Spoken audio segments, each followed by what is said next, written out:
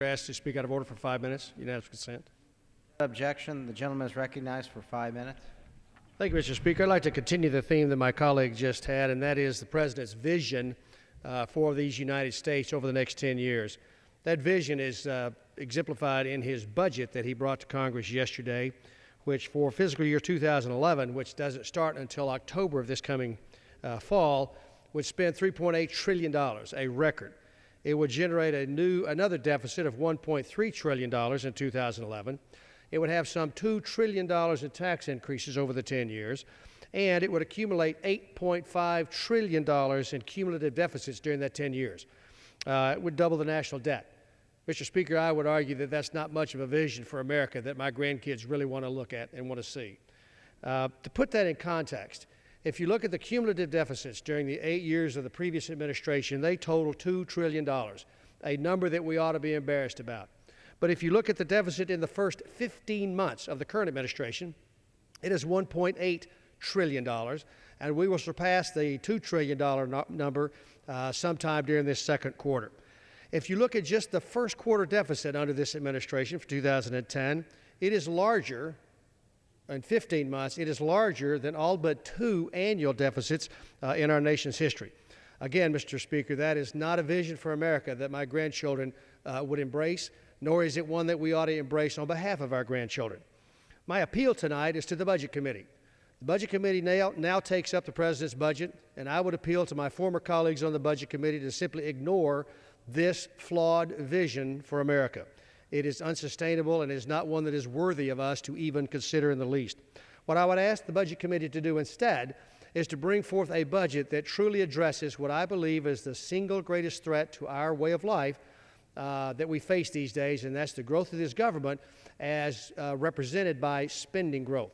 29% growth in spending since 2008, and again, that is unsustainable. Our budget colleagues on the Budget Committee, Mr. Chairman, have the ability to do that. They have the ability to say, let's put out a budget that truly does address this threat, grave threat to our nation, to our prosperity.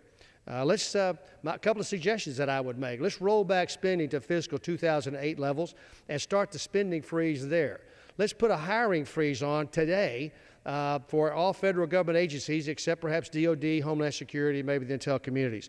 A true action that every business, every family around this country knows exactly what it means and exactly what it has to do that.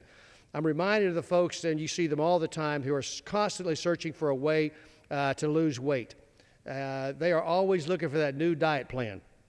And they're always willing to start, however draconian the plan might be, tomorrow. Well, Mr. Speaker, any of us can start a diet tomorrow, but we need a spending diet that starts today. And I ask that our Budget Committee brethren start that process. We need a spending diet that starts today, not 20 months from today, when the President's